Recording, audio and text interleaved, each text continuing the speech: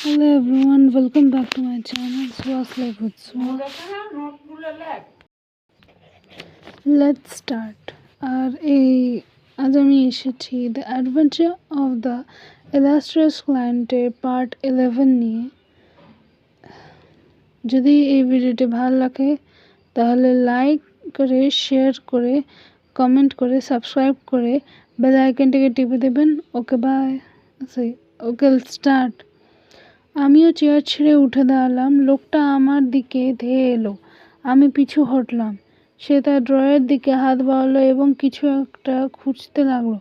হঠাৎ কিছু একটা সাংঘাতিকভাবে তার কানে আঘাত করলো। এমন সে চিৎকার করে পাশের ঘরের দিকে সরে গেল। দুটো পা এগিয়ে এসে আমাকে খোলা দরজা পর্যন্ত নিয়ে গেল। আমি দেখলাম হোমস দাঁড়িয়ে আছেন। এবার ব্রায়ন জানলা খুলে বেরিয়ে হোমসের দিকে তেড়ে গেল। তারপর আমি দেখলাম এক মহিলার হাত গাছপার ভেতর থেকে বেরিয়ে এলো।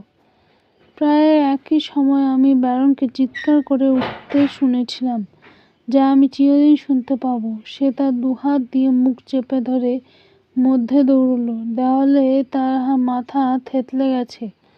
সে উপুড় হয়ে মেঝেতে কার্পেটের ওপর পড়ে গেল।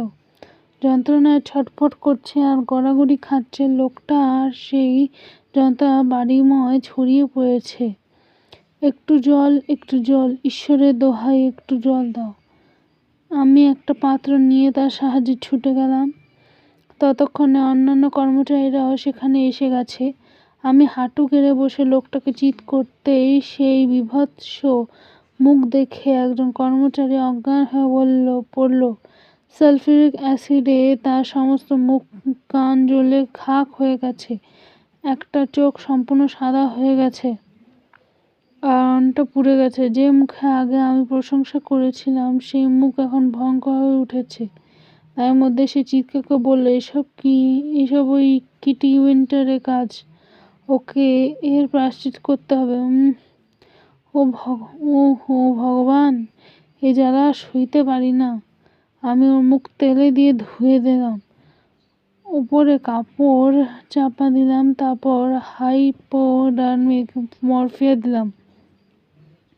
লোকটার আমার ওপর থেকে রাগ চলে গেছে। ও আমার হাত ধরলো। আমি আর ওই দৃশ্যের মধ্যে থাকতে পারছিলাম না, কিন্তু চলেও যেতে পারছিলাম না। যা হোক, এমন সময় ব্যারনের ব্যক্তিগত ডাক্তার এবং বিশেষজ্ঞ এসে বললেন। পুলিশও এসে গেল। আমি আমার নিজস্ব পরিচিতি কার্ডটা 8খানা পুলিশ ইন্সপেক্টর হাতে দিলাম। যদি ইন্সপেক্টর আমাকে দেখেই চিনতে পারলে আমার কার্ডে কোনো দরকার ছিল না। আমার কর্তব্য।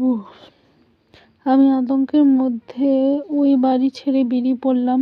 1 ঘন্টার মধ্যে আমি বেকার স্ট্রিটে পৌঁছে গেলাম।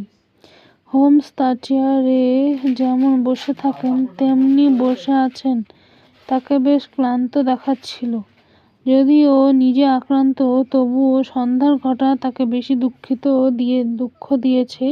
তিনি শঙ্কিতভাবে আমার পরবর্তী কাজের কথা শুনলেন।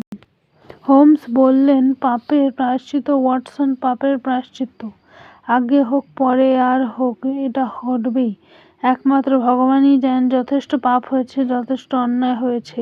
এবার টেবিল থেকে একখানা বাদামি রঙের বই তুলে নিয়ে তিনি আরো বললেন, এই সেই বইটা, যে বইটার কথা ভদ্রমহিলা বলছিলেন। এই বইটা যদি বিবাহ না ভাঙতে পারে তাহলে অন্য কিছু এই বিয়ে রদ করতে পারবে না।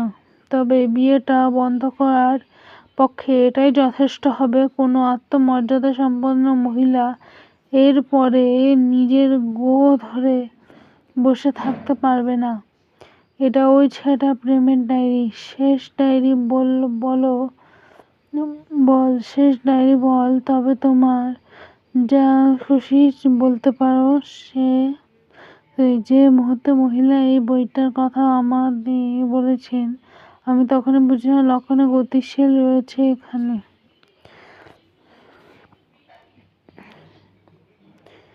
যেখানে যদি বইটা একবার হস্তক্ষেপ করতে পারি, তখন আমি আর চিন্তার কথা কিছুই বলিনি। তাহলে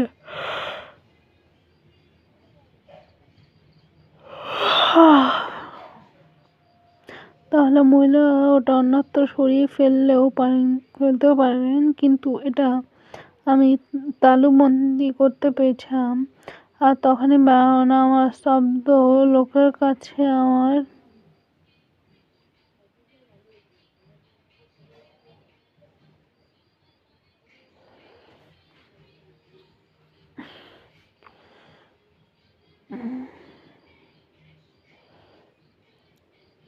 আক্রমণ হানিয়েছ, তার ফল ভালোই হয়েছে।